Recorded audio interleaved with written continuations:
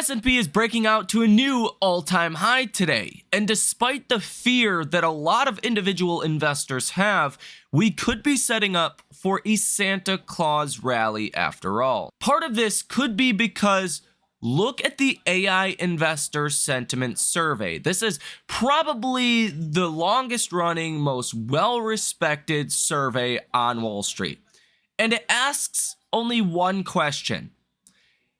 Here's the question. What direction do you feel the stock market will be in the next 6 months?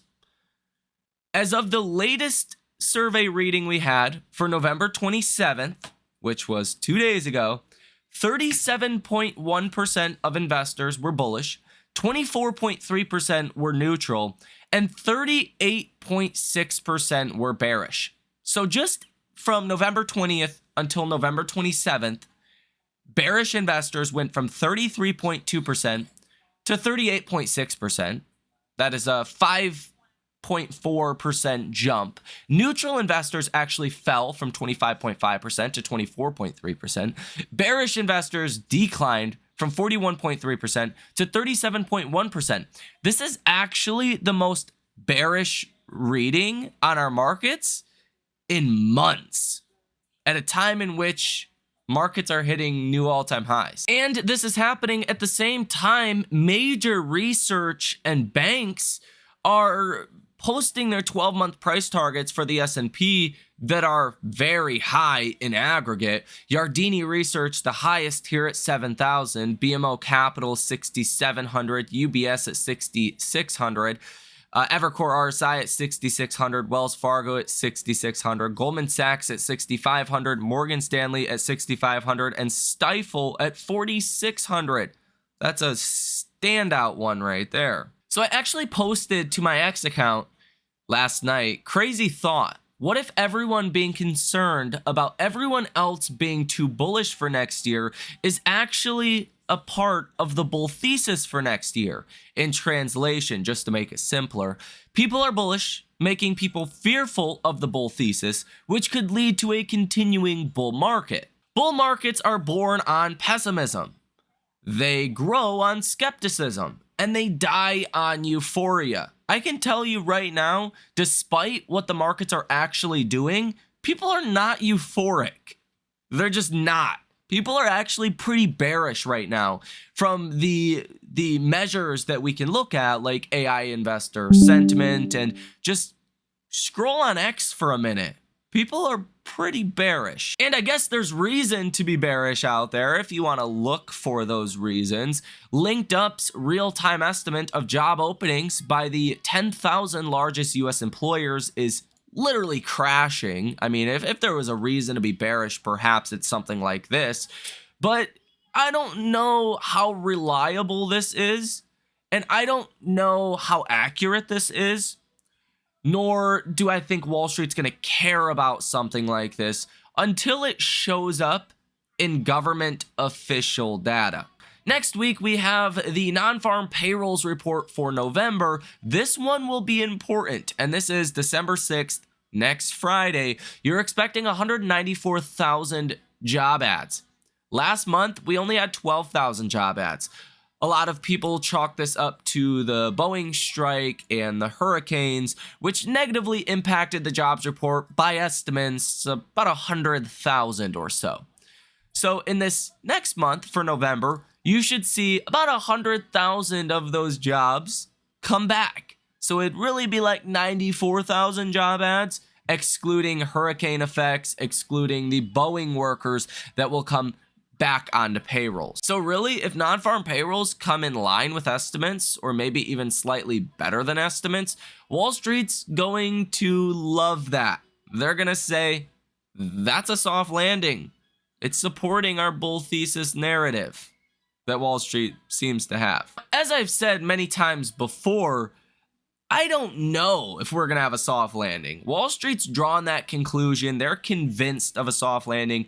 I don't know if we're going to get a soft landing. I do expect at some point in Q1, we will start to get some softer data after this holiday season, which will be really in February, March. Could be in January a little bit, but I think February, March you're going to start getting that January, that February jobs report in February, March. And that's where things could look a little scarier, at least from the market's perspective and in terms of the economy. That's when I do expect we will get some kind of correction on growth concerns. Now, just to circle back to next week's economic calendar, on Thursday, we do have the IV PMIs out of Canada. It's highlighted here as a major catalyst in red. Balance of trade out of Canada. Challenger job cuts, expecting about 49,000 there, down from 55,000 in the prior month. On Wednesday, we get ISM services PMI. This one's really important because services are about 80% of the economy, and services have really been the bright spot for this economy. So if services start to weaken and manufacturing's already weak, then that is a major problem for the bull thesis. Really, the soft landing thesis would be heavily challenged by weaker services data. Now, on Tuesday, we will get JOLTS job openings. That's important. The more job openings, the better. If job openings continue to plummet like they did last month, then there's going to be some concern about that jobs report on Friday, but really just overall about the labor markets. And then on Monday, to a lesser extent, you will get ISM manufacturing PMI. And I say to a lesser extent because manufacturing's already been bad for a long time. If it improves, that's good. But if it's still bad, I don't think Wall Street's going to destroy the markets because of that. So next week's actually going to be very important for a potential Santa Claus rally that could be coming for markets. And part of my bull thesis for next year is I think inflation's going to come down more than the markets are expecting. And I don't think that's generally the view on Wall Street. This clip from CNBC says it's wrong to assume inflation will come down in 2025, and that leads me to be a little bit more optimistic about the effects of inflation coming down and how little that is likely priced into markets currently. Now, part of the reason why markets are moving higher today is really just that's the path of least resistance until something changes the narrative. I think markets will power higher into year end unless there is something that disrupts that, whether it's the jobs report, whether it's the Fed on December 18th, or a big miss on ISM services. As long as none of those things majorly disrupt the bull thesis, the path of least resistance is higher. And you know what they say? You never fade a market at all-time highs because all-time highs tend to precede new all-time highs. And this is now the 54th new all-time high of this year. Now, today is Black Friday, and we will start to get some Black Friday numbers out over this weekend and especially to start next week. And that could be a positive catalyst to push markets even higher, assuming those numbers are good. Now, holiday spending in November and December is expected to increase by 2.5% to 3.5% compared with 2023 and range between $979.5 billion and $989 billion, according to the National Retail Federation, a retail trade group.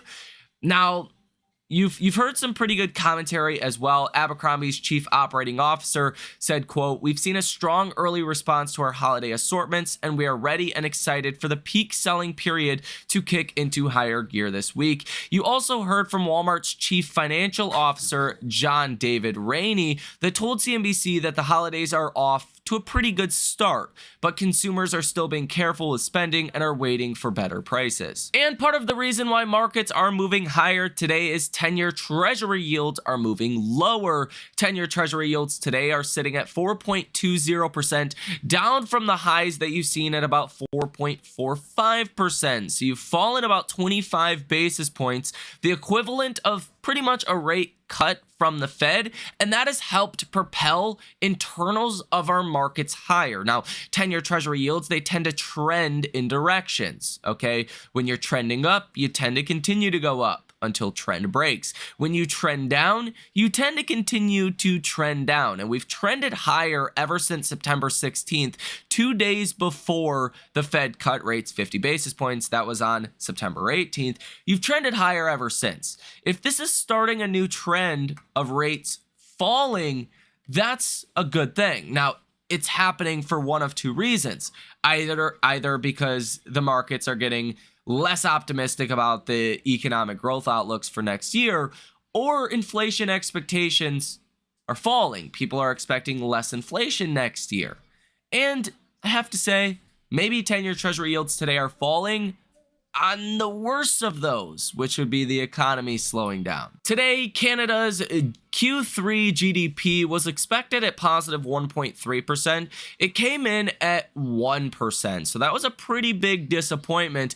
But real GDP per person fell for the sixth consecutive quarter today, which you can see here on the chart. Canada's real GDP per capita has been falling, right, for a while now. The US has been rising, and I think some bond investors are looking at this and saying, what are the odds that this gap continues to widen versus the US starts to follow Canada and actually see a, GDP per capita decline in the US, which would basically mean slower growth for the US. You can see over the history of this chart, ever since really 2014, we've kind of widened the gap between the US and Canada as far as GDP per capita, but you've kind of trended in the same direction up until about 2022, where Canada started to decline and the US continued to power higher. We were tracking up until this point. So does that gap continue to widen, or could it narrow? And I think bond investors are saying this data out of Canada could be a bad sign for the US over the coming quarters. Now, this is not going to affect the markets too severely because it's not US data, it's Canadian data, so take it with a grain of salt.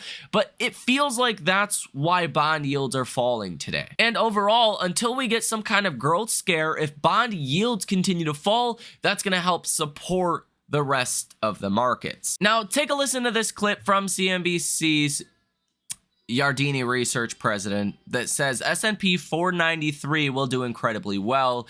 And I would argue most of you guys are probably stock pickers. You probably want to find the next big winner. You probably allocate maybe a little bit to index funds, but you're probably in large numbers stock pickers. And if the 493 rally, you're going to do very well. So take a listen to this clip. Ed Yardeni this morning talking more about the markets. Of course, Yardeni research president. Ed, happy Black Friday. Great to have you. Thank you. You've been writing a lot, obviously, lately about the coming year, and actually the next few years. I know we've talked a lot about your 7K target, your 10K target down the road. To Sarah's point about the market broadening, is that, I guess, healthy on a net basis? Absolutely. You remember when this bull market got started, it was kind of like the Rodney Dangerfield bull markets. It got no respect because it was so narrow. And we argued that give it some time, it'll broaden, and that's what it's doing now. And we've certainly seen the mid caps go on fire, and then the S&P 493, I think, are going to do well, increasingly well. What do you think's going on with these yields? Are bond vigilantes convinced that there will be constructive work done in this administration? Yeah, absolutely. I think the Trump administration, incoming administration, bought some time, kind of placated the bond vigilantes by basically acknowledging that we've got a problem with the deficit, and the new incoming Treasury Secretary is somebody who's got a lot of market experience. So he's kind of like one of us, if you will, when the market looks at this administration. And the fact that they're, in fact, going to go after spending and that they're going to try to raise some revenues, maybe with an across-the-board tariffs, at least shows that they're cognizant of the problem. And maybe they're kind of having a Bill Clinton moment. Remember when Bill Clinton was warned by his advisors, don't mess with the bond vigilantes. And we actually had a very conservative fiscal policy back then.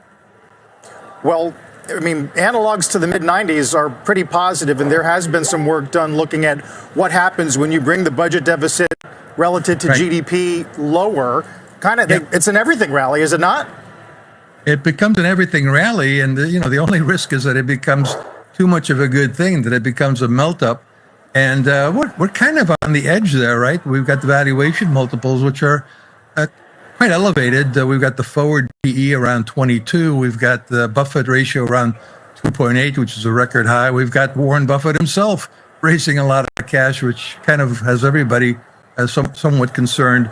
But all in all, I think the bull market is still very much here and continues into the next year. And I don't see a recession. Recessions are usually caused by credit crunches, and that's not happening with the Fed inclined to lower interest rates. It's not happening with the price of oil unable to have a rally with geopolitical risks, which seem to be actually narrowing.